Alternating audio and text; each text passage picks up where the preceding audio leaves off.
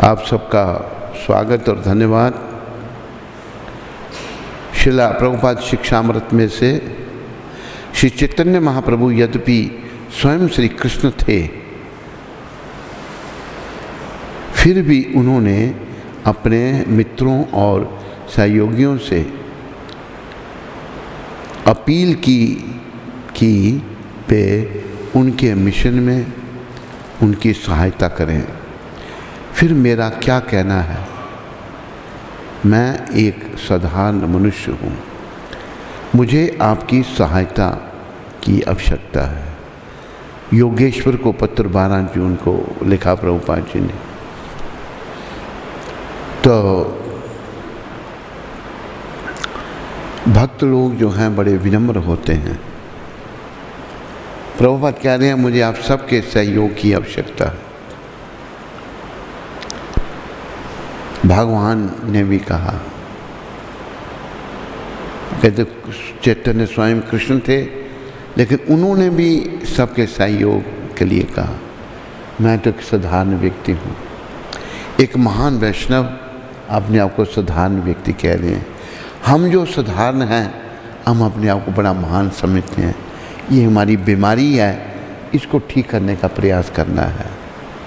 जब तक जीवन है, इस बीमारी को हम ठीक करने में लग जाएं, ताकि आने वाला कल हमारा अच्छा हो।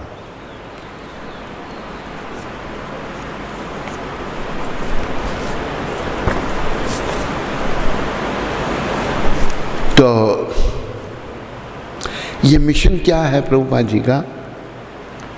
भगवान को पाना, भगवत प्राप्ति करना। तो भगवान कहाँ मिलेंगे?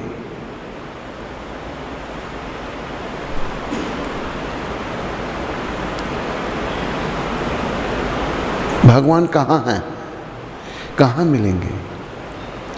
तो एक बड़ा सुंदर दोहा है, कहा है, हरि व्यापक सर्वत्र समाना, हरि व्यापक। हरि सर्वत्र व्यापक है, पर दिखते क्यों नहीं? अगर वो सब जगह क्यों नहीं दिख रहे? प्रेम से प्रकट होई मैं जाना, प्रेम से प्रकट। भगवान सर्वत्र हैं, पर दिखते इसलिए नहीं कि हमारा प्रेम उनसे नहीं है। हमारा प्रेम उनकी माया से है। कृष्ण के अलावा जो कुछ है वो माया है। माया का अर्थ जो नहीं है वो माया है। सब नश्वर है। कृष्ण शाश्वत है और कृष्ण प्रेम शाश्वत है। हम कृष्ण को प्रेम ना करके, प्रेम तो करना पड़ेगा, कृष्ण की माया को कर रहे हैं, भौतिक वस्तुओं से कर रहे हैं। मुझे ये चीज़ अच्छी लगती है, मुझे ये चाहिए, मुझे ये देखना है। कोई चीज़ नहीं हमें अच्छी लगनी चाहिए, कुछ नहीं चाहिए, हमें तो कृष्ण चाहिए खाली। हमें खाली कृष्ण चाहिए। जैसे मैं केवल कहता हूँ ना, हमें लाख ना करोड़ ना हजार चाहिए, हमें श्याम जी तुम्हारा बस प्यार चाहिए। हमें तो आपका प्यार चाहिए और कुछ नहीं चाहिए। वो पुस्तक तो लाया ही नहीं है, कहाँ पीछे पड़ी? अरे उसको यहाँ रखो ना, इधर रखो। तो भगवान को पाना है। सब जगह पर दिखते कब दिखेंगे? जब हम उनसे प्रेम करेंगे। जब उनकी माया से प्रेम नहीं करेंगे तब नहीं, तब वो हमें दिखेंगे। जब माया से प्रेम करेंगे फिर नहीं दिखेंगे। प्रेम से वो प्रकट होते हैं। तो उदाहरण दिया है कि अग्नि सर्वत्र है, हर जगह है। जहाँ हम उसका साधन करोगे, थोड़ी सी लकड़ियाँ लाकर तीली लगाओगे, अग्नि वहीं प्रकट हो जाएगी। इसी प्रकार भगवान सर्वत्र हैं, तो साधन करने से, भक्ति करने से, उनसे प्रेम करने से वो प्रकट होते हैं और मिलते हैं। प्रेम से बस। प्रेम जो है ये भगवान का स्वरूप है। तो प्रेम कोई भी कर सकता है, गृहस्थी कर सकता है, वानप्रस्थी कर सकता है, ब्रह्मचारी कर सकता है, सन्यासी कोई भी कर सकता है, अमीर कर सकता है, गरीब कर सकता है, गोरा कर सकता है, काला कर सकता है, ब्राह्मण भी कर सकता है, क्षत्रिय भी, वैश्य भी, शूद्र भी, सभी कर सकते हैं प्रेम। प्रेम आत्मा का विषय है। और इस बात को याद रखो कि हमारा यहाँ काम एक ही है। प्रधान काम तो बहुत सारे हैं, प्रधान काम कृष्ण से प्रेम करना है बस, और कुछ नहीं। हाँ, क्या हुआ उसको? है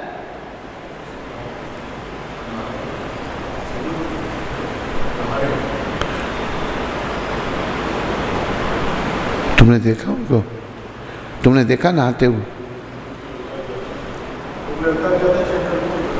अच्छा। तो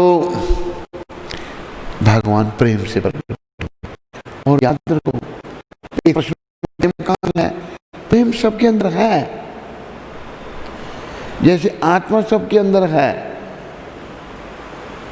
प्रेम भी सबके अंदर है।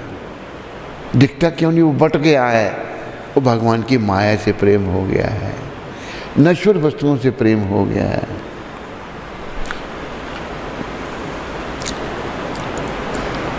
जैसे एक परिवार दीक्षा लेना चाहता था, तो घर में कुत्ता रखा हुआ है। मैंने कहा कुत्ते को निकालो, कहते ये नहीं निकाल सकते। तो कुत्ते से प्रेम है, फिर भगवान से कैसे प्रेम होगा? और देखो, ये बड़ा रिस्की है, बड़ा जोखिम है। प्रभुपाद 8वें अध्याय के एक श्लोक में ये कहते हैं, यम यम वापी स्मरण भावम त्याजते अन्ते कलेवरम तम तमे वेति कौन्तेय सदा तद भावा भाविता। जो जिस भाव से शरीर को त्यागता है, वो उसी भाव को प्राप्त होता है। तो जीवन काल का भाव अंत समय का भाव बनेगा। जीवन काल में कुत्तों से प्रेम किया, बिल्लियों से प्रेम किया, फिर भगवान से तो प्रेम नहीं हुआ ना। कुत्ते बिल्लियों से प्रेम हुआ। कुत्ते बिल्लियों से प्रेम करने से भगवान नहीं मिलते। तो भगवान ने कहा है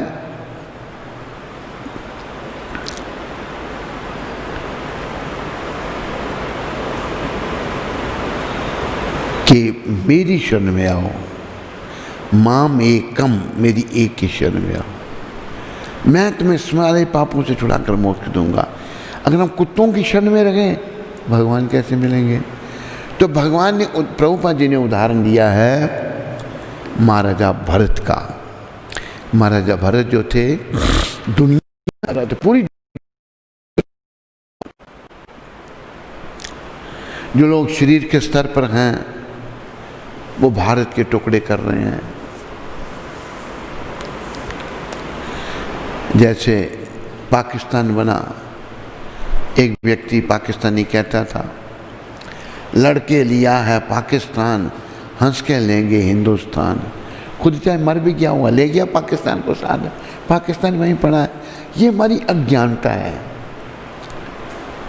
सब भूमि गोपाल की, सारी जो संसार है, सारा जो विश्व है, ये भगवान का है, कृष्ण का है, ये किसी का नहीं।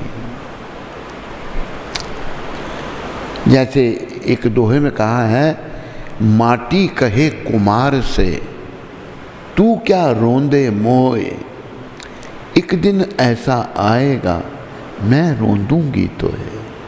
मट्टी, जो कुम्हार है, बर्तन बनाने वाला, वो मिट्टी को बड़ा अच्छा बनाता है तब बर्तन अच्छे बने। मिट्टी को रोंद रहा है, तो माटी कहती तू मुझे क्या रोंद, एक दिन तू मेरे में मिलेगा कर। मरने के बाद सबको मिट्टी में मिलना पड़ेगा। जलाया तब भी मिट्टी में मिलना पड़ेगा, दफनाया तब भी मट्टी में मिल गया। अगर जैसे जो पारसी लोग हैं वो मृतक शरीर को फेंक देते हैं, वहाँ पर ये वल्चर जो हैं, गिद्ध, चीलें, एल जिन्हें कहते हैं डोगरी भाषा है, वो खाते हैं, आकर डेड बॉडी को खा जाते हैं। तब उन्होंने खाकर उनका मल बन गया, मल मिट्टी में मिल गया। तो सबने मिट्टी में मिलना है, इस बात को हमें याद रखना चाहिए हर समय। तो सब जगह भगवान है। एक परिवार की कथा हम आपको सुनाते हैं। भक्तिमती गज देवी और हर देवी, ये माँ बेटी थे। गज देवी माँ थी, हर देवी बेटी थी। हर देवी विशालपुरी के सेठ स्थानक देव की एकमात्र कन्या थी। माँ बाप की इकलौती बेटी थी हर देवी। माता का नाम गज देवी था। हर देवी जब विवाह योग्य हुई तो उसका विवाह चंपकपुरी के सेठ गुणदेव के पुत्र हर्षदेव के साथ हुआ।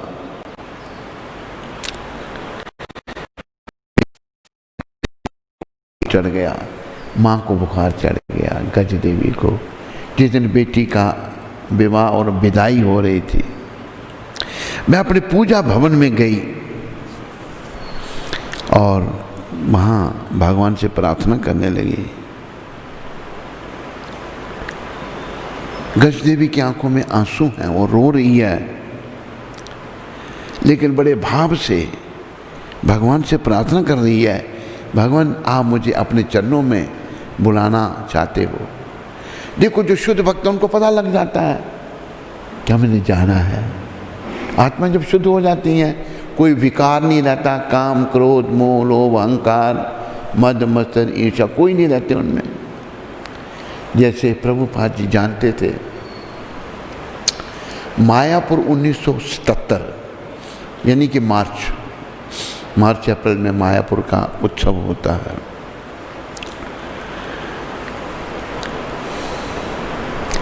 तो प्रभुपाद जी ने मुझे क्या कहा, कहते हैं नव योगेंद्र, माँ जी प्रभुपाद, अभी हम दुनिया में ज़्यादा दिन नहीं रहेंगे, जानते थे। जब तक हम रहें तुम हमारे साथ रहो। ये उनकी बड़ी कृपा थी इस दास पर, ये शब्द गए उन्होंने। उसी साल मार्च में कहा, नवंबर में जब कार्तिक मास चल रहा था, वृंदावन में अपनी देह का त्याग कर दिया और गोलोक धाम को चले गए।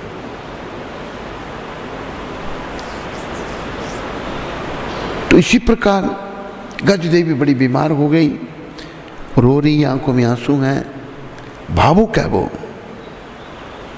और भगवान को कह रही है, प्रभु आप मुझे अपने पास बुला रहे हैं, आप मुझे अपने पास बुला रहे हैं। फिर उन्होंने बड़ी सुंदर बातें कही, जन्म होता है, जन्म बड़ा शुभ माना गया है, तो मृत्यु शुभ क्यों नहीं? जिसने जन्म लिया है उसकी मृत्यु होगी, मृत्यु भी शुभ है। क्यों? जब जीव भगवत प्राप्ति करता तो मृत्यु बहुत शुभ है। इसलिए कहा है, जिस मरने से जग डरे, आप में कोई ऐसा है जो मृत्यु से नहीं डरता? इधर हाथ खड़ा करो। कोई माता या कोई भक्त, हाथ खड़ा करो। और जो जो डरते हैं वो हाथ खड़ा करो।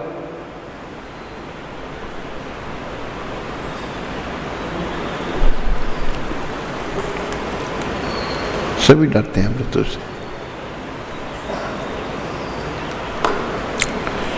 तो संत कह रहे हैं, जिस मरने से जग डरे,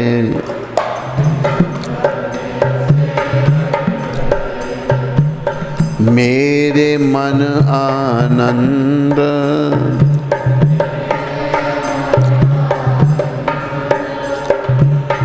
मरने से ही पाइए,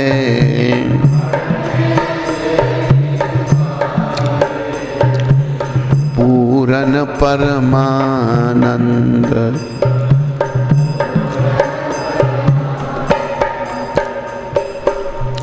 जिस मरने से दुनिया डरती है, मेरे मन में आनंद है। क्यों? ये शरीर तो दुखदाई है, दुखों का घर है। भगवान कहते हैं मामोपेत्या पुनर्जन्म दुखालयम शाश्वतम। जिसका जन्म हुआ उसकी मृत्यु होगी, और ये संसार दुखों का घर है, इसमें दुख है। हम मूर्ख इसमें सुख खोजते हैं, सुख तो है ही नहीं। जब त्रिलोकीनाथ भगवान कह रहे हैं ये दुखों का घर है, तो सुख कहाँ है? सुख खोजना की हमारी भूल है।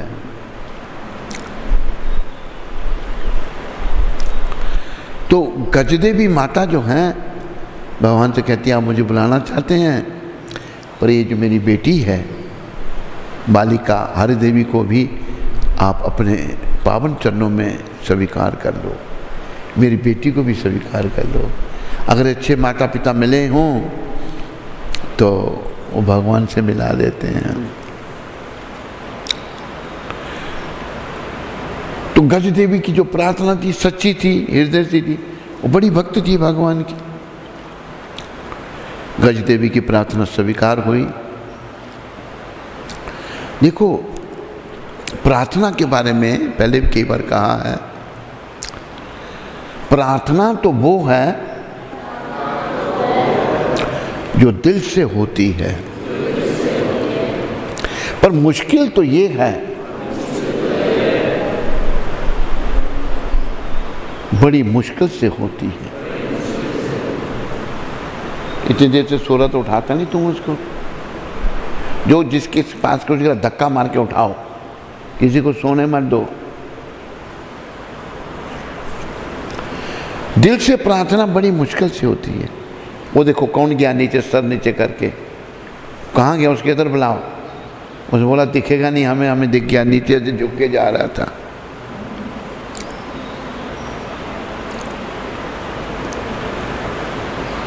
प्रार्थना तो वो है जो दिल से होती है, पर मुश्किल तो ये है, बड़ी मुश्किल से होती है। कहाँ जा रहा है तू?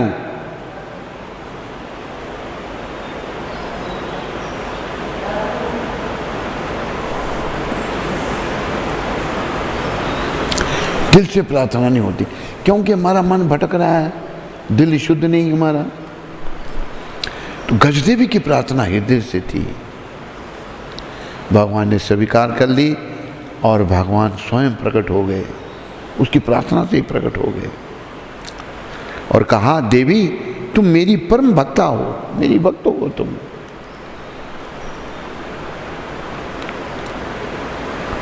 मेरे परम धाम को जा रही हो, भगवान का धाम वैकुंठ लोक को। तुम्हारी इच्छा के अनुसार हर देवी मेरी परम भक्ता होगी। तू चाहती अपनी बेटी को भक्त बनाना, वो भी मेरी परम भक्त होगी। माँ ने चाहा तो बेटी, भगवान कह रहे हैं, ऐसा कहकर भगवान अंत ध्यान हो गए। बोलो मोर मुकुट बंसी वाले की, भगवान अंत ध्यान हो गए। जब सेठ को पता लगा तो वो वहां आए। सेठ जो है उसको पता लगा कि उसकी पत्नी बहुत बीमारी है। सेठ का नाम था स्थानक देव। तो वहां आए। गजदेवी ने कहा स्वामी आज यह दासी आपसे अलग हो रही है।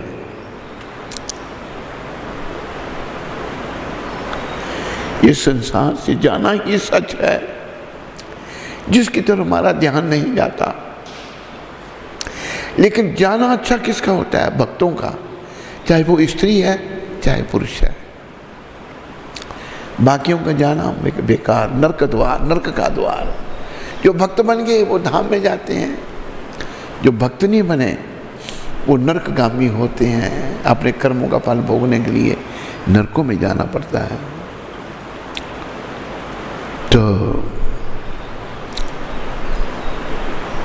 सेठ को कहती है, पति को कहती है स्थानक देव को कि मुझे आज्ञा दीजिए, विदा दीजिए। अब मैं आपके चरण रज ही चाहती हूँ, मुझे आज्ञा दीजिए। जो महान आत्मा है, चाहे वो स्त्री है चाहे पुरुष है, स्त्री अपने धर्म में रहती है, मैं आपके आचरणों की रज चाहती हूँ और कुछ नहीं चाहती मैं। तो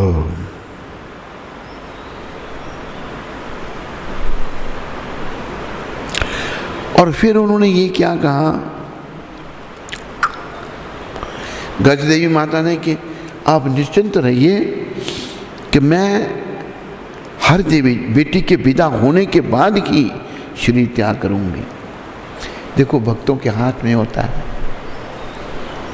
बेटी विदा हो रही है, बेटी ससुराल जा रही है, जब चली जाएगी फिर मैं शरीर छोड़ूंगी। इसका मतलब भक्तों के हाथ में है। अन्यत्र कथा आती है, एक ऐसी और माता थी, वो भी बड़ी भक्त थी, उससे प्रार्थना की, 1 महीना तक वो शरीर में रही। बोला 1 महीने के बाद शरीर छोड़ूंगी, 1 महीने के बाद शरीर छोड़ा। माताएं भी बड़ी बड़ी भक्त हुई हैं। तो गजदेवी भी बहुत बड़ी भक्त थी। इतने में माता ने हर देवी से कहा, बेटी को बुलाया और क्या कहा, बेटी तू जानती है ये संसार असार है, ये नश्वर है सब कुछ, ये संसार जो है असार,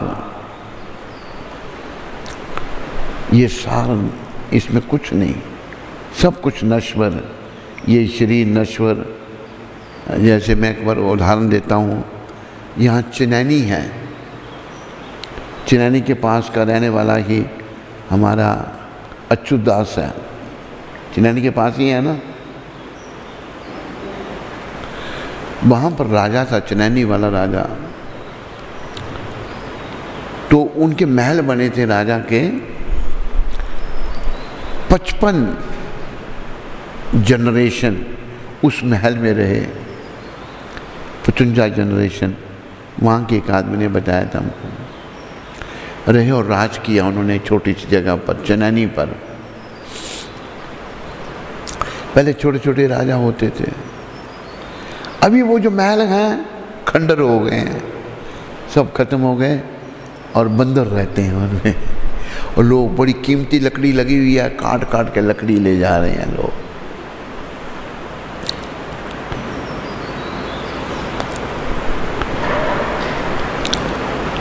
तो अभी माँ बेटी को शिक्षा दे रही है कि बेटी तू जानती ये संसार असार है और श्री कृष्ण का भजन ही एकमात्र सार है।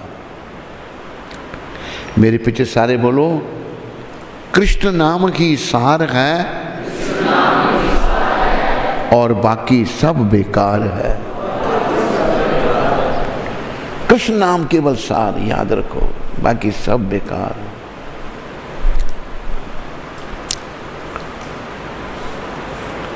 तो गजदेवी माता कहती हैं, बेटी मैं आज इस संसार से जा रही हूँ, भगवत धाम जा रही हूँ। वो जानते थे, भगवान ने खुद स्वयं होकर कहा, प्रकट होकर कहा था, अब इन भगवान को तू ले ले, जिनकी पूजा गजदेवी करती थी। माँ ने बेटी को कहा, इन भगवान को भी तू ले ले। तो उन्होंने जब ये कहा भगवान को तू ले ले, इतना कहते ही भगवान की मूर्ति सिंहासन सहित हर देवी की गोद में आ गई। सिंहासन के साथ ही मूर्ति गोद में आ गई। सर्वशक्तिमान भगवान कुछ भी कर सकते हैं। बेटी ने कहा, माँ मुझे आशीर्वाद दो, जाओ मैं तुम्हारी तरह भजन कर सकूंगी। तुमने अभी जाना है माँ, मैं रोकूंगी नहीं, क्योंकि जाना सच है। मुझे ये आशीर्वाद दो, जैसे तुम भजन करती थी माँ, ऐसे मैं भी भजन करूं। हर देवी भी महान माँ की बेटी। गज देवी ने कहा, बेटी ऐसा ही होगा।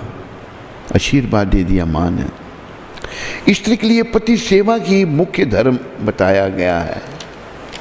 तो माँ शिक्षा दे रही है अपनी बेटी को, स्त्री के लिए मुख्य धर्म पति की सेवा है। पहले होता था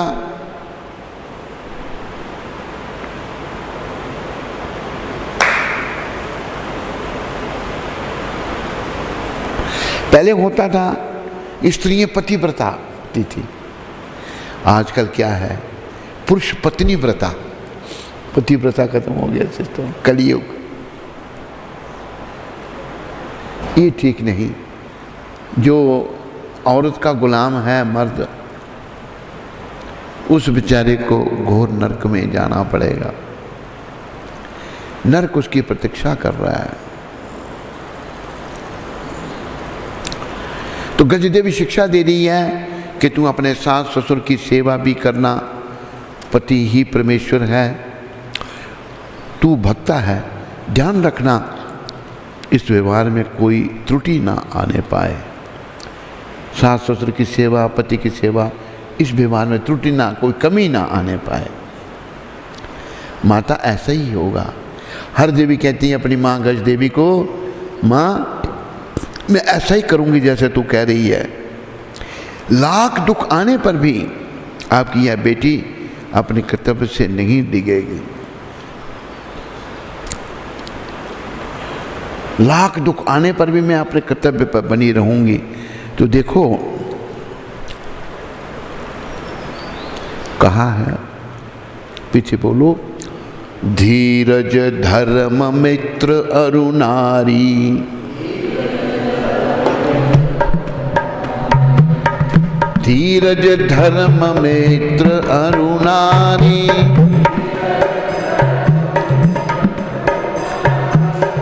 आपद काल पारे क्यों चारी।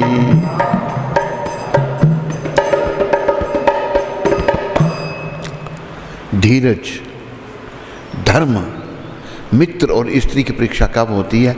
जब कोई संकट आता है।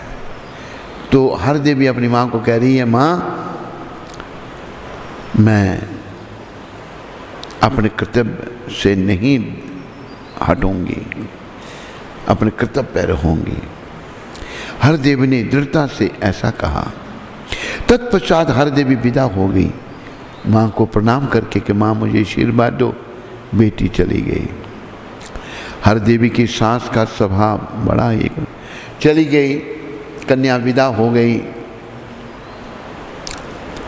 और पीछे से गज देवी ने भी शरीर छोड़ दिया। बेटी जब चली गई तो फिर शरीर छोड़ा। तो बड़े सुंदर ढंग से दाह संस्कार हुआ गज देवी का, उसके पति ने किया और सब श्राद्ध पिंड वगैरह सब दिए। ये भी करना चाहिए। ये भी लुप्त हो रहे हैं कलयुग में, मानते नहीं, क्योंकि सब लोग नरकों में जाएंगे और नरक भरेंगे। बड़े अच्छे ढंग से हुआ। अभी जब हर देवी ससुराल में आई,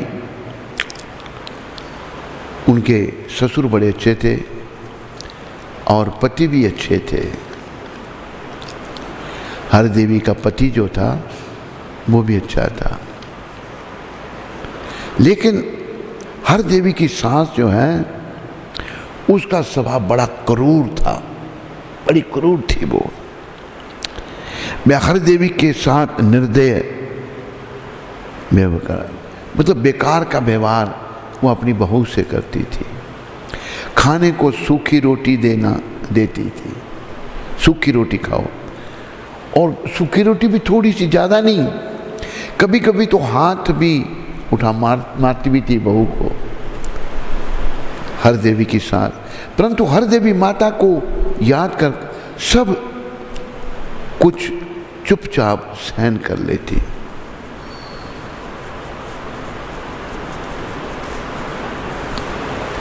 हर देवी अपनी माँ को याद करती, माँ ने यह शिक्षा चुपचाप बेचारी सहन कर लेती।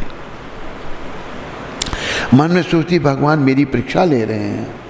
जब भक्त को कोई कष्ट आता है ना, भक्त दुखी नहीं होता। एक भक्त है, कोई कष्ट आएगा इतना चिल्लाएगा वो भक्त, सब कुछ सर पे उठा लेगा, लोग है क्या हो गया भाई। लेकिन हर देवी से उस भक्त को ये शिक्षा लेनी चाहिए कि भगवान परीक्षा ले रहे हैं। और हर देवी सब सहन कर लेती थी और वो कभी भी पति से सास की शिकायत नहीं करती, पति को कुछ नहीं कहती वो मेरी तेरी माँ मुझे इतना कष्ट दे रही है। सहन का, सब्र का फल मीठा है। इसलिए महाप्रभु ने भी ये शिक्षा दी। भगवान का नाम कैसे हम सदा ले पाएंगे? त्रनादपि शुनीचेन तरोरपि सहिष्णुना अमानीन मानदेन कीर्तनीय सदा हरि। भगवान का नाम बड़ी विनम्रता से लेना चाहिए। अपने आप को तृण से ज़्यादा विनम्र और वृक्ष से ज़्यादा सहनशील। घास पर सब चलते हैं, घास कुछ नहीं कहता, उसमें भी आत्मा है। वृक्ष खड़ा है, सर्दी है, गर्मी है, आंधी है, तूफान है, खड़ा है, सब सहन कर रहा है। तृण से ज़्यादा विनम्र भगवान बनने के लिए कह रहे हैं और वृक्ष से ज़्यादा सहनशील। हर देवी में यही गुण है, बड़ी सहनशील है, शिकायत भी नहीं करती अपने पति को। एक दिन उसके पति ने कहा तुम पर इतना अत्याचार होता है पर तुम चूं तक नहीं करती। पति ने जब देखा कि उसकी माँ इतना, हर देवी ने कहा आप कोई चिंता ना करें, संसार में सब कुछ भगवान के विधान से होता है। अगर दुख भी होता है ना, भगवान का विधान है। इसलिए कहा है सीताराम सीताराम सीताराम कहिए, सीताराम राधे श्याम राधे श्याम राधे श्याम कहिए, राधे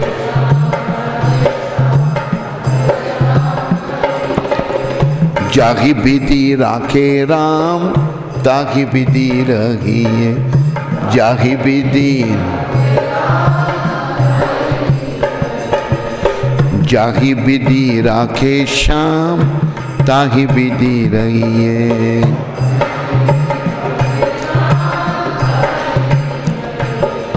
प्रभुपाद कृपा से बड़ी शिक्षा है इस भजन में। किया अभिमान तो फिर मान नहीं पाएगा, किया अभिमान, अभिमान करेगा तो मान नहीं मिलेगा। किस बात का अभिमान? माटी के पुतले इतना न कर तू गुमान, पल भर का है तू मेहमान। किया अभिमान तो फिर मान नहीं पाएगा, किया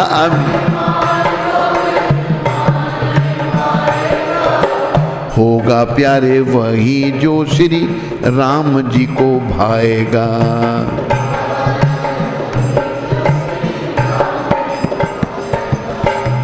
होगा प्यारे वही जो श्री श्याम जी को भाएगा।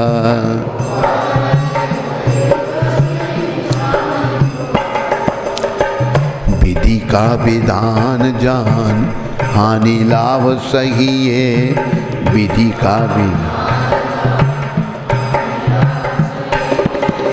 जागी विधि राखे राम ताकि विधि रहिए। एक भक्त जब वो कष्ट में बड़ा चिल्लाता है तो मैं कहता हूँ चिल्लाता क्यों है तुम इतना शोर? कहते थोड़ा सा आराम आ जाता है।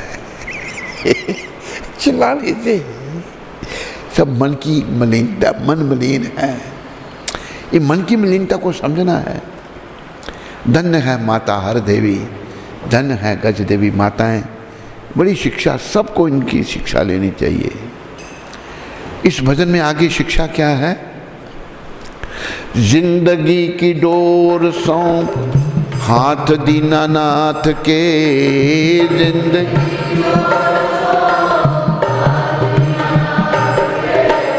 मैलों में राखे चाहे झोंपड़ी में बास दे।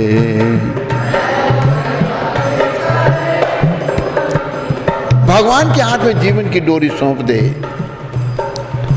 दीना बंधु दीनानाथ मेरी डोरी तेरे हाथ।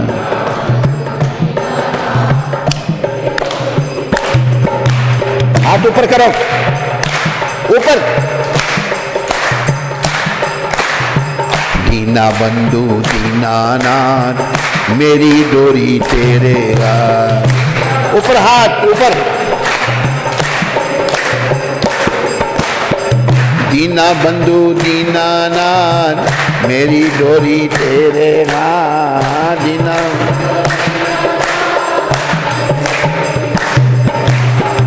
दीना बंधु दीनानाथ मेरी डोरी तेरे हाथ।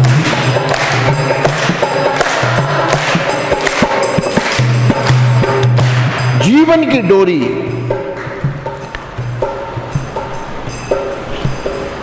दीनानाथ के हाथ में तुम सौंप दे। तुम्हें चाहे महलों में रखे, चाहे किसी छोटी सी घास फूस की झोंपड़ी में रखे, जहाँ रखे खुश रहो, बस प्रभु अच्छा है सब कुछ। फिर क्या कहा है? फल आशा त्याग सब कर्म करते रहिए। फल आशा त्याग सब कर्म करते,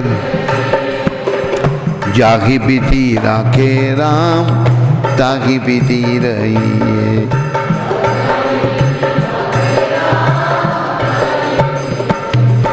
ये बड़े विचारने की बात है। फल आशा त्याग, अगर मैंने कर्म किया फल, मुझे ये फल मिले, तो उसका फल भोगने के लिए भाई फिर से संसार में आना पड़ेगा, जो बड़ा दुखदाई है। मां के गर्भ में 9 महीने उल्टा लटका रहना पड़ेगा। और आजकल की अगर दुष्ट मां मिली तो जन्म नहीं लेने देगी, मार देगी। जन्म लेने से पहले ही मार देगी वो। कितना पाप करेगी वो। आम हो रहा है।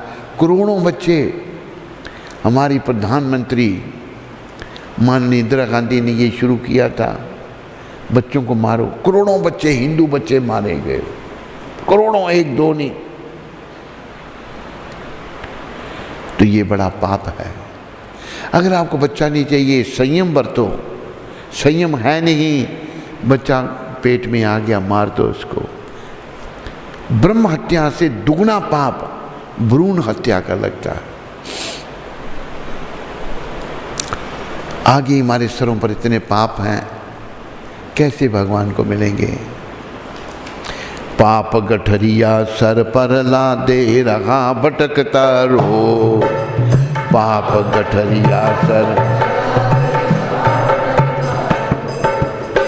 प्रेम सहित राधा माधव की किया न कुछ भी खोज।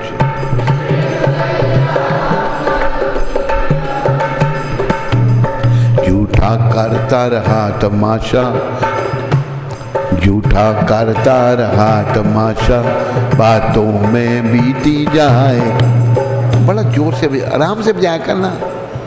सुन रहे हैं हम तेरी मृदंग ढोलक, बड़ी बात मत का, थोड़ी थोड़ी रकम में से। भक्ति के अलावा जो कुछ कर रहे हैं झूठा तमाशा है। तेरी हीरे जैसी श्वासा बातों में बीती जाए। तेरी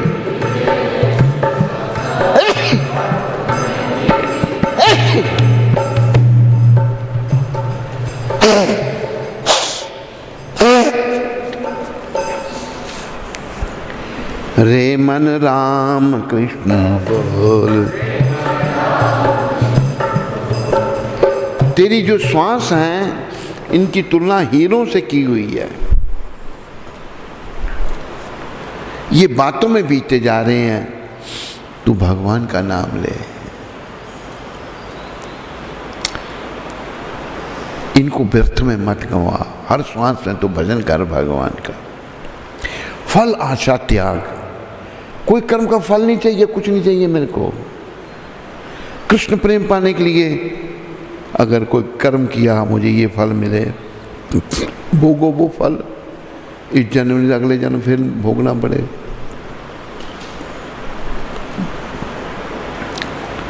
तो कर्मों का फल। हमारे श्री से पिता एक बात सुनाते थे। एक राजा था, सांवला रंग था उसका, काला रंग। उसकी रानी बड़ी गोरी थी, बड़ी सुंदर थी। लोग जब राजा रानी को मिलने आते तो लोग रानी को देखते थे, फिर राजा बेचारा कैसा है। तो राजा को गुस्सा आता था। कहते पूर्व जन्म में मैंने सोना दान किया था, इसलिए मेरा सांवला रंग बना। इसने लोहा दान किया है मेरी पत्नी ने, इसलिए इसका गोरा रंग है। तो राजा को अच्छा नहीं लगता था। हमें फल आशा त्याग, फल की आशा नहीं करनी, कुछ नहीं चाहिए, केवल कृष्ण प्रेम, तब भगवान मिलेंगे। और आशा क्या करनी है? आशा एक राम जी की, दूजी आशा छोड़ दे। आशा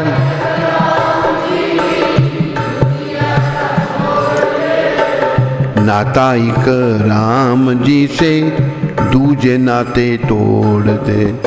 नाता एक राम, साधु संग राम रंग, अंग संग रहिए। साधु संग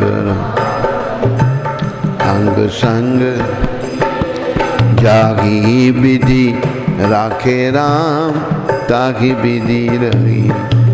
जागी अभी हर देवी को जैसे भगवान रख रहे हैं, कहती भगवान का विधान है, सब कुछ भगवान के विधान से होता है, हमारे मंगल के लिए होता है। अगर कोई कष्ट आता है उसमें भी हमारा मंगल है, कष्ट में ही मंगल है। कष्ट चल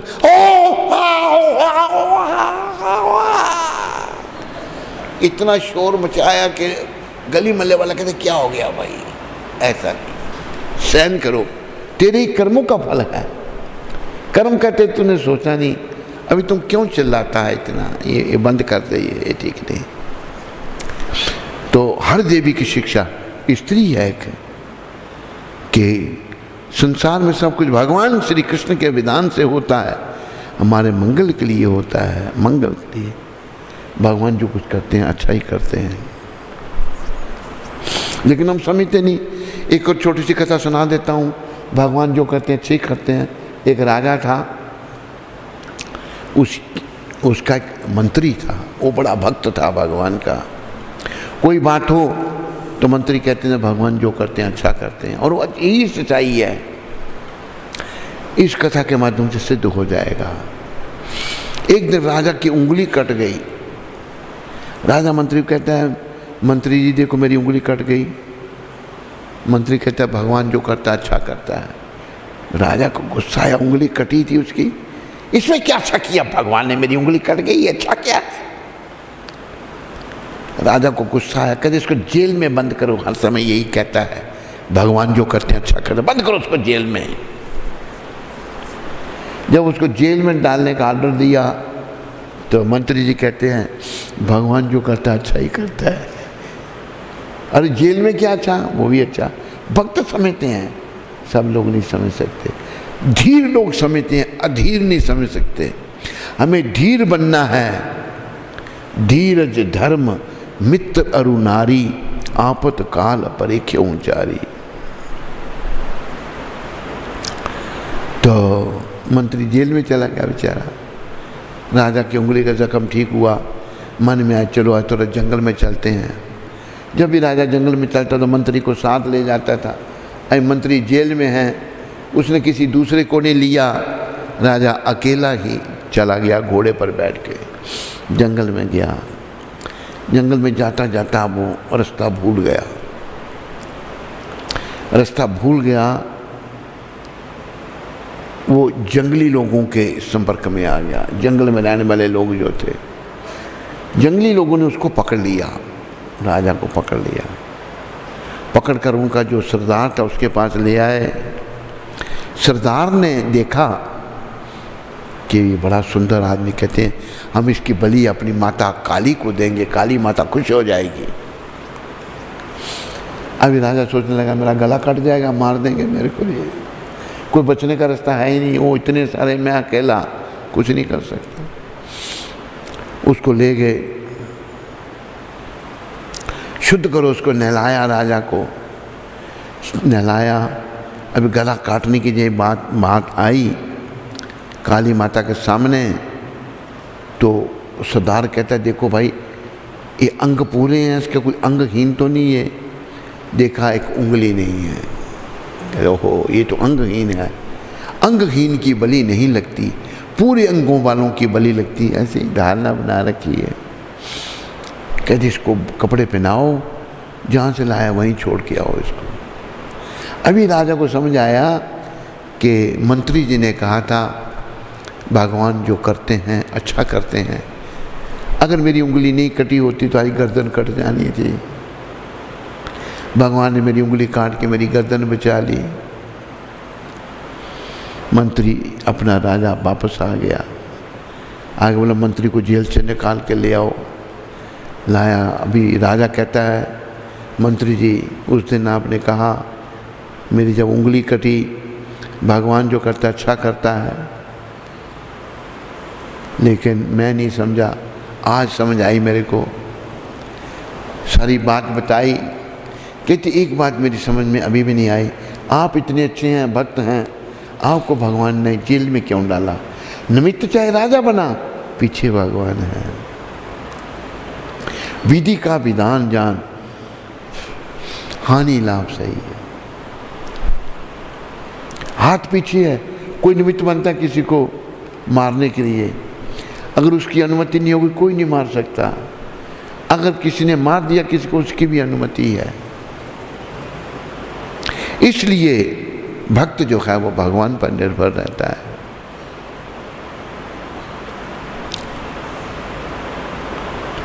तो हर देवी माता कह रही है मुझे इस बात का पूरा विश्वास है कि हमारे मंगल के लिए ही सब कुछ होता है। राजा पूछता कि महाराज आप इतने अच्छे हैं, आपको क्यों भगवान ने जेल में डाला? राजा समझ के पीछे तो भगवान का ही हाथ है ना। तो मंत्री कहता है महाराज आप नहीं समझे? कहते नहीं। कहते जब भी आप शिकार खेलने जाते थे तो मुझे साथ ले जाते थे, इस बार मैं जेल में था तो आप अकेले गए। होनहार बलवान के होते चिकने पात, जो होनहार है वो तो हो गई रहेगी। तो एक और छोटी सी होनहार की कथा हम आपको सुनाएंगे। तो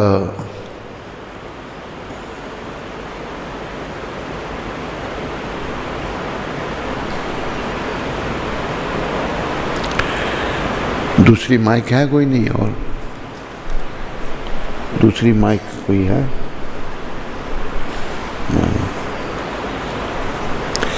एक और सत्य घटना होनहार के बारे में मैं बताऊंगा। दूसरी माइक का अरेंजमेंट करो।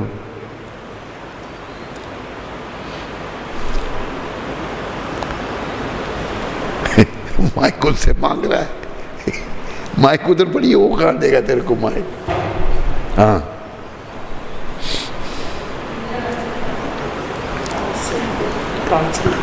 हैं? ठीक है उधर बैठ जा। तो मंत्री कहता है कि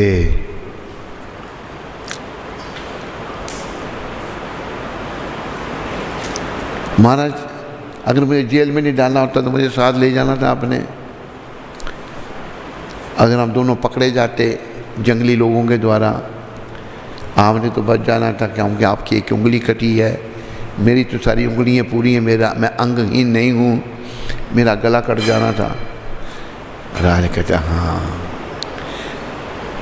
तो भगवान जो करते हैं अच्छा करते हैं, लेकिन जो मूर्ख लोग हैं, राजा भी मूर्ख था, मंत्री बुद्धिमान था। राजा है पर वो अकल नहीं है ना, उसको पीछे कीट है, नहीं समझ रहा है भगवान का विधान।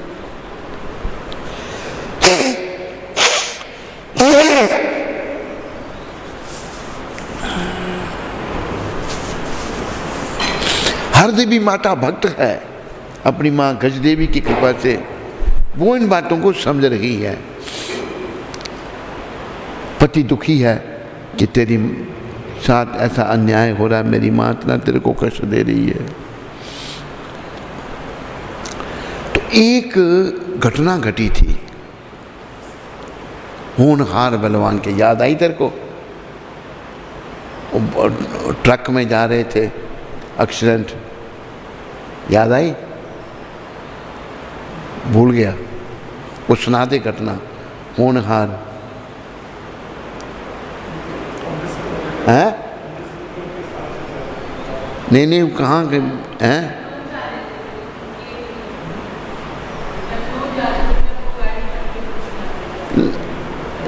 क्या? नहीं, वो घटना तूने मुझे सुनाई थी। और होनहार जो है वो आगे नहीं, हाथ से अपना पर्दा, मुंह से पर्दा हटा ले। चल, ये एक सत्य घटना सुनो। अमृतसर से महाराज जी के ही शिष्य मेरे गुरु भाई आए हुए थे यहाँ पर। बालकृष्ण दास उनका नाम है। ऑफिस में नीचे बैठे थे तो माता जी भी वहाँ बैठी हुई थी। तो उन्होंने एक घटना सुनाई यहाँ पर। उन्होंने बताया कि मेरे को एक अमृतसर का ट्रक ड्राइवर मिला जो उनके संपर्क का कोई था। उस ट्रक ड्राइवर ने ये घटना सुनाई थी उनको, और उन्होंने हमें सुनाई ये बात। थोड़ी सी माइक आगे करके जोर से बोल, माइक थोड़ी सी इधर कर दे। जिस समय में माइक थोड़ी सी इधर कर दे, बिना माइक में ज़्यादा बोलने से भी आवाज़ पड़ जाती है। हाँ ऐसे, अब बोल। जिस समय थोड़ा नज़दीक। मध्य प्रदेश से वो ट्रक लेकर जा रहे थे, वो ड्राइवर, तो वहाँ से निकलते हुए एक सुनसान जंगल के बीच में किसी एक माता ने, जिसने लाल रंग के कपड़े, साड़ी कुछ पहनी, लाल रंग की साड़ी पहनी थी, उसने हाथ दिया ट्रक को रुकने के लिए। तो वो ट्रक ड्राइवर सोचने लगा कि इतना सुनसान जंगल, इसमें ये कहाँ से आ गई स्त्री। तो उसने ड्राइवर ने गाड़ी रोक दी वहीं पर ही। तो वो आके उसकी ड्राइवर की साइड आके कहती है कि मेरे को कुछ आगे जगह बताई कि वहाँ तक छोड़ दो मेरे को। तो ट्रक ड्राइवर ने कहा ठीक है आजा, बैठ जा साथ में। अब वो गाड़ी बैठ गई ट्रक में और ये ट्रक लेके आगे चल पड़ा। चलते चलते उससे बातें करने लगा, भाई तो इतना सुनसान जंगल के अंदर तो यहाँ कर क्या रही है यहाँ पर। तो उसने बताया, उस स्त्री ने, उसने कहा कि पास में जो गांव है, उसे गांव का नाम बताया उस स्त्री ने। उस गांव में 2 लड़के हैं, उनके नाम बताए। वो कल के दिन इस जगह से आके गुजरेंगे और मैंने उनको लेकर जाना है। मैं होनी हूँ, मैं उसको लेके जाऊंगी उनको, मैं होनी हूँ उसको लेके जाऊंगी। अब ये बात जब कही तो वो तो ड्राइवर तो सोच में पड़ गया ये बात को सुनकर। और ठीक उस जगह, एक जगह जाकर उसने कहा कि बस यहाँ उतार दो मेरे को, और वो उतर गए। तो ये आगे ट्रक लेके अपना रास्ता छोड़ के ये उस गांव में चला गया ट्रक लेकर। और वहाँ कुछ बड़े बुजुर्ग मिले तो उनसे पूछा कि इस नाम के कोई लड़के यहाँ रहते हैं। उन्होंने कहा हाँ हैं इस नाम में। तो उसे सारी घटना उनको सुनाई। तो बड़े बुजुर्ग समझदार सुलझे हुए थे, उन्होंने उनकी बात को समझा, विश्वास किया। तो उसने उन लड़कों को बुलाया, बुजुर्गों ने। उन्होंने कहा कि कल तुम कहीं जाना नहीं। कहते, वो हंसते हुए कहते ऐसा कुछ होता है, हमें तो कल जाना ही है, अपने मोटरसाइकिल से हमें वहाँ से निकलना है, वहाँ जाना है। उन्होंने समझाया, लेकिन वो जब नहीं बच्चे समझ रहे थे, दोनों लड़के होंगे 20-22 साल की उम्र के लगभग, जब नहीं समझ रहे तो आखिर में ये तय हुआ। ट्रक ड्राइवर ने कहा ऐसा करना, तुम अपनी मोटरसाइकिल मेरे ट्रक में लोड कर देना और मेरे साथ में बैठ के मैं उस जगह से जब आगे क्रॉस करवा दूंगा तब उतर जाना। उन्होंने कहा ठीक है, हमें ये मंजूर है। अब वो ड्राइवर रात को वहीं पे रुक गया गांव में। अगले दिन सुबह उसकी मोटरसाइकिल लोड करवाई और उनको साथ में बैठाकर जब वो निकला ट्रक ड्राइवर, जब उस पेड़ के पास, वो असल में वो स्त्री उस पेड़ पर चढ़ गई थी ऊपर, उस पेड़ के पास जब उससे थोड़ी दूरी रह गई, उस ट्रक की जो ब्रेक है वो फेल हो गई। अब जब ब्रेक फेल हो गई तो वो गाड़ी को संभालने की बहुत कोशिश की, लेकिन जब गाड़ी नहीं रुकी, जाके उसी पेड़ से जाकर टकराई और वो दोनों उधर से नीचे गिरे और दोनों के प्राण निकल गए, दोनों मर गए। अब जब मर गए तो पर उस ट्रक ड्राइवर की टांग की हड्डी टूट गई एक्सीडेंट में। अब वो उतरी वो स्त्री, और उतर के जब जाने लगी तो उसने आवाज लगाई, रुक मेरी बात सुन पहले। तो वो रुकी, उसने घूम कर देखा, उसने कहा तू इनको लेने आई थी पर मेरी टांग क्यों तोड़ दी? कहते तूने मेरे काम में रुकावट डालने की कोशिश की इसलिए। ये कह के वो आगे को गई और अदृश्य हो गई। ये घटना उन्होंने सुनाई थी। ये सत्य घटना है। अभी तो लाइट आ जाए, हैं? वो चला रहा है जनरेटर। अच्छा, चला दे, जनरेटर चला रहा है ना, वो गया है। उसको लो, जल्दी चलाओ, भाग के जाओ। तब तक हरे कृष्णा कृष्णा कृष्णा कृष्णा हरे हरे होनहार बलवान के होते चिकने पात। ये हमें समझना है, इन बातों को जीवन में धारण करना है, इन बातों को। और अगर हम भक्त बन जाते हैं, भगवान की शरण में आते हैं, तो सूली का कांटा बन जाता है। तो हर देवी कहती हैं कि सब मंगल के लिए होता है। इसी से मैं सदा प्रसन्न रहती हूँ। कष्ट हो रहे हैं हर देवी माता को, लेकिन सदा खुश रहती है। एक दिन सास ने हर देवी को बहुत सताया, बहुत कष्ट दिया। उसका पति जिसे देखकर अत्यंत दुखी हुआ। पति का दुख देखकर हर देवी ने प्रार्थना की। सास जो है हर देवी को बड़ा तंग कर रही है। पति ने भी देखा मेरी माँ इतनी तंग कर रही है मेरी पत्नी को, बड़ा दुखी हुआ। तो हर देवी भगवान के पास जाकर भगवान से कातर भाव से, बड़े भाव से प्रार्थना करती है। क्या प्रार्थना करती है? हे भगवान,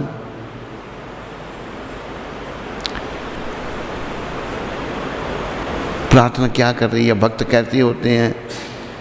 कहती है हे भगवान, मेरी सास का स्वभाव बदल दो, इनको अच्छा बना दो।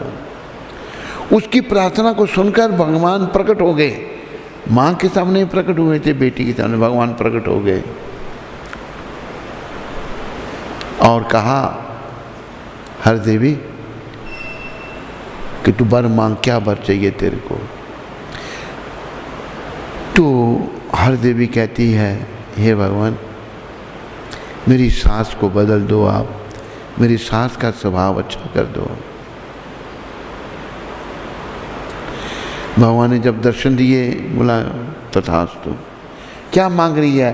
सास का भला, अपना भला नहीं। तो जब ये प्रार्थना कर रही थी हर देवी भगवान से, भगवान ने आशीर्वाद दिया। तो सास भी पीछे खड़ी होकर सुन रही थी। जब वो सुन रही थी, उसका भगवान ने आशीर्वाद दे दिया कि ऐसा ही हो, तेरी सास भी अच्छी बन जाएगी। तो हर देवी की सास भी अच्छी बन गई, वो भी भक्त बन गई। बोलो भक्त और भगवान की। तो ऐसे होते हैं भगवान के भक्त। सब इसलिए शुद्ध भक्त बनो ताकि अंत में भगवान का नाम जीवा पर आए और हमारा जीवन सफल हो जाए। तो इन्हीं शब्दों के साथ आप सबका धन्यवाद। अगर किसी को कोई प्रश्न है आप पूछ सकते हैं। तेरे पास प्रश्न होंगे कुछ, है नहीं? है? कौन सी? हाँ, अच्छा, संजय पूरी कर दिया अपनी स्टोरी। ठीक है, कोई प्रश्न आया उसके बारे में? हाँ, जहाँ से रह गई थी ना वहाँ से आके सुना दे। तू भी अपना पर्दा खोल के सुनाना।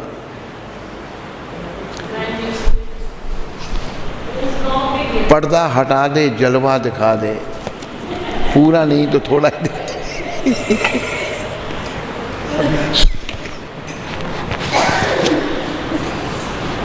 हरि बोल। हरे कृष्ण। ये देख माइक हरे क्या कृष्ण। बनना। हरि बोल, हरि बोल। हरे कृष्ण। वो जिस समय में ड्राइवर गाड़ी को लेकर उसी गांव में चला गया और जो बड़े बुजुर्ग थे उनसे जब पूछा इस नाम के कोई लड़के यहाँ पर रहते हैं, तो उन्होंने कहा हाँ हैं इस नाम के।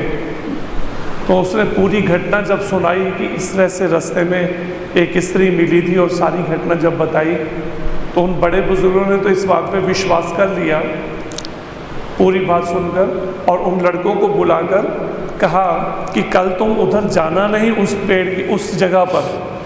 तो वो हंसते हुए कहते हैं वो लड़के कि हमने तो उधर जाना ही है, कल वहाँ से हमें किसी काम से निकलना है, हम जाएंगे।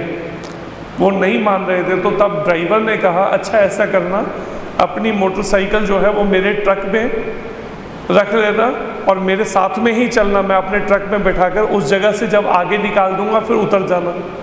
कहते हाँ ये मंजूर है। तो ट्रक ड्राइवर रात को वहीं पर रुक गया उसी गांव में।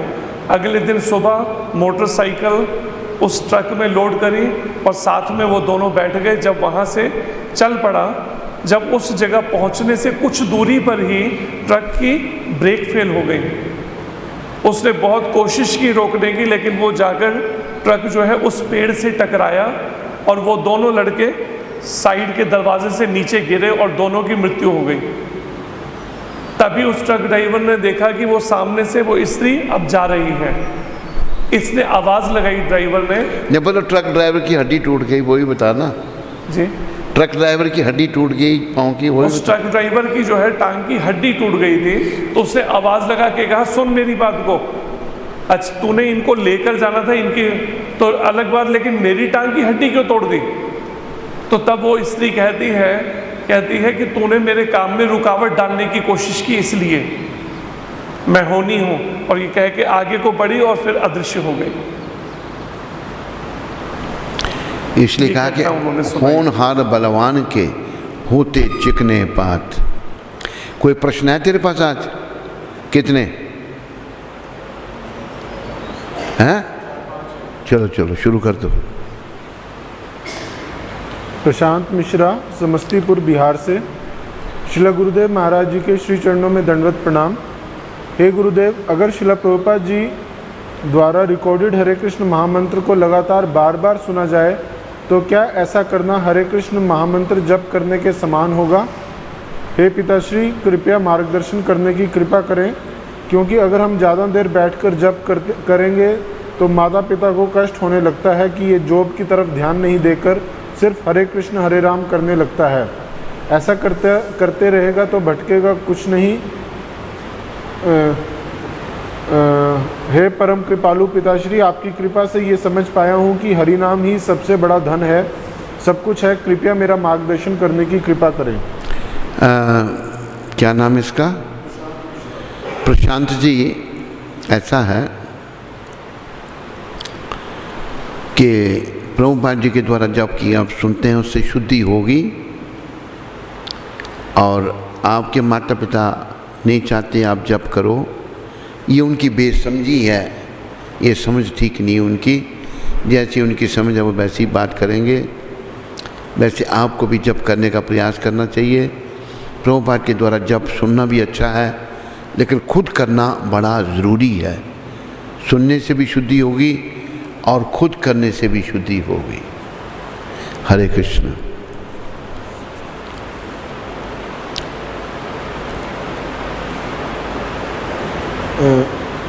कुंती देवी, कोल्हापुर, महाराष्ट्र से। हरे कृष्ण महाराज जी, दंडवत प्रणाम। महाराज, हमारा स्वभाव विचार करना हो तो हमें उसे कैसे बदलना चाहिए? हमारा स्वभाव तो कैसे बदलें उसको? भगवान की तरफ, भगवान का विचार करो, कृष्ण के बारे में सोचो। कृष्ण कैसे गोकुल में प्रकट हुए, मथुरा में प्रकट हुए, गोकुल में चले गए, फिर वृंदावन में आए, विचारों में कृष्ण को ले जाओ, धीरे धीरे विचार बदल जाएंगे। लगे रहो, प्रयास करना है। प्राण गोपाल प्रभु गयाना से, हरे कृष्ण प्रातः स्मरणीय सदगुरुदेव महाराज जी के पावन चरण कमलों में कोटि कोटि दंडवत प्रणाम। गुरु महाराज, एक जिज्ञासा है। 2 दिवस पूर्व आपने कहा था कि गृहस्थ को वृंदावन में वास नहीं करना चाहिए। गुरु महाराज, इस पर कृपया और प्रकाश डालने की कृपा करें। बहुत से ऐसे गृहस्थ होंगे जो वृंदावन में वास करना चाहते हैं, वहीं रहकर सेवा और भजन करना चाहते हैं और वहीं अपने जीवन का अंत भी चाहते होंगे। गुरु महाराज, कृपया बताइए किस प्रकार कोई गृहस्थ वृंदावन में वास कर सकता है, अथवा क्या गृहस्थ को अपना कर्म करते हुए श्री गौर राधा कृष्ण की सेवा करते करते अपना जीवन व्यतीत करना चाहिए? वृंदावन में वास गृहस्थ को प्रभुपाद जी ने कहा है, इसलिए गृहस्थ विषय विकारों में लगे रहते हैं, मोह माया फंसे रहते हैं, उसके लिए वृंदावन नहीं है। गृहस्थ भी अगर वैरागी त्यागी बनना चाहते हैं, भगवान को अपने जीवन का केंद्र बनाना चाहते हैं, वो भी गृहस्थ रह सकते हैं वृंदावन। जैसे प्रभुपाद जी का कोट मैंने पढ़ा था, वो निकालो, प्रभुपाद जी का कोट कहाँ गया, वो विरोचन कहाँ गया? हाँ, अरे प्रभुपाद जी का कोट निकालो, कल का जो था, कल का था परसों का, कब का था?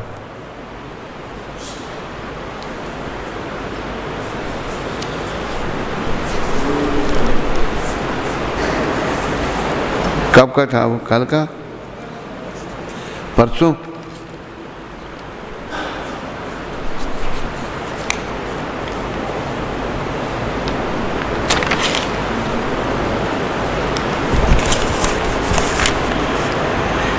वृंदावन सेवा निवृत्त होने के बाद का स्थान है। कृष्ण भावना में वरिष्ठ भक्त अपना पूरा समय भक्ति के लिए समर्पित कर सकते हैं। ऐसे लोगों को वृंदावन में रहना चाहिए, ना कि स्त्रियों और बच्चों को। बस वही जो मैंने कहा आपको प्राण गोपाल, कि ये नहीं कि स्त्रियों और बच्चों को सबको वहाँ रखें और भोग विलास में फंसे रहें, मोह माया फंसे रहें। वृंदावन में विरक्त होकर सेवा निवृत्त होने के बाद का स्थान है। अभी सेवा निवृत्त हो गए, अभी केवल भजन भगवान का, उनके लिए। यह तथ्य है कि पवित्र धाम सन्यासियों और ब्रह्मचारियों के लिए है, ब्रह्मचारियों सन्यासियों के लिए है। यदि आवश्यकता हो तो व्यवस्थापन सन्यासियों और ब्रह्मचारियों द्वारा होना चाहिए, ना कि गृहस्थियों द्वारा। मतलब मंदिर को सन्यासियों को देखना चाहिए। मुझे कहा था प्रभुपाद जी ने कि तुम वृंदावन मंदिर के प्रेसिडेंट बनो, लेकिन मैं उनकी सेवा में था। प्रभुपाद को कहा मैंने, मुझे आपकी सेवा अच्छी लगती है, तो वो रह गया। नहीं, प्रभुपाद जी की आज्ञा पालन हुई हमसे, उनकी सेवा भी छूट गई और वृंदावन भी नहीं पालन हो सका। तो तुम्हें प्राण गोपाल बात समझ आ गई होगी, वृंदावन किसको रहना चाहिए, वहाँ रहकर तपस्या करनी, विराग निवृत्त होकर, ना कि परिवार का पालन और विषय विकार, वो नहीं वृंदावन में। चल आगे चल। विश्व मोहन दास महाराष्ट्र से, हरे कृष्ण गुरु महाराज जी, कोटि कोटि दंडवत प्रणाम। Last 2 months every day we are getting satsang sudha from you. We are becoming addict for this satsang.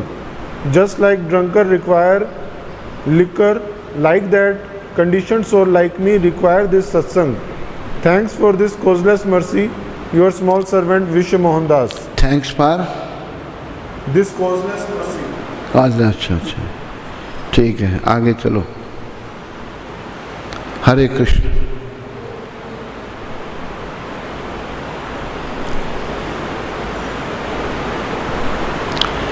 सुनो, ये कोट अंग्रेजी का निकाल के नोट कर लो, इसको अपने पास निकाल दिया, ठीक है। निकेश मेहता कुरुक्षेत्र से, हरे कृष्ण राकेश निकेश। निकेश। हरे कृष्ण, दंडवत प्रणाम, कोटि कोटि प्रणाम महाराज जी के चरणों में। आशा है आज आपका स्वास्थ्य अच्छा होगा। प्रवचन सुने बिना दिल बेचैन रहता है, हमेशा आपका ध्यान रहता है। धन्यवाद राकेश नाकेश जी आपका। कभी हम किसी कारणवश प्रवचन ना दे पाएँ तो आप YouTube में सुन लिया करो, उसमें बहुत सारे प्रवचन हैं और प्रवचन में कोई सुन लिया करो। धन्यवाद आपका। बस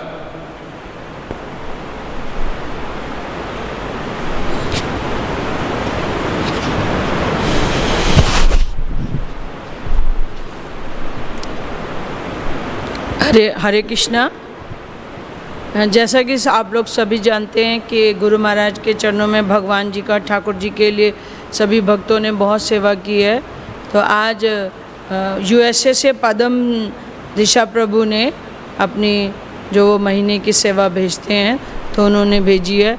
तो उसके लिए उनका और उनके परिवार का शिला प्रभुपाद आश्रम उधमपुर के सभी भक्तों की ओर से बहुत बहुत धन्यवाद। हरि बोल।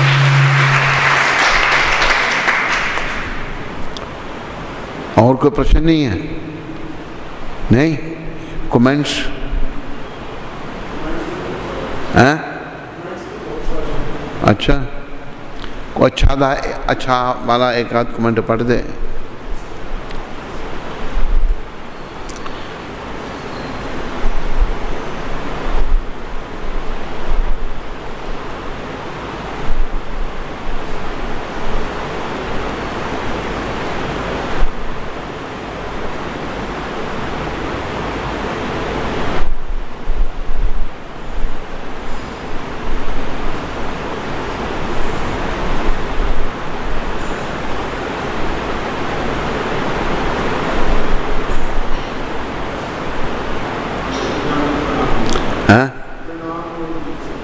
प्रणाम और दंडवत प्रणाम दोनों ठीक है। स्कंद पुराण में तुलसी देवी की प्रशंसा इस प्रकार की गई है। मैं तुलसी देवी को नमस्कार करना चाहता हूँ।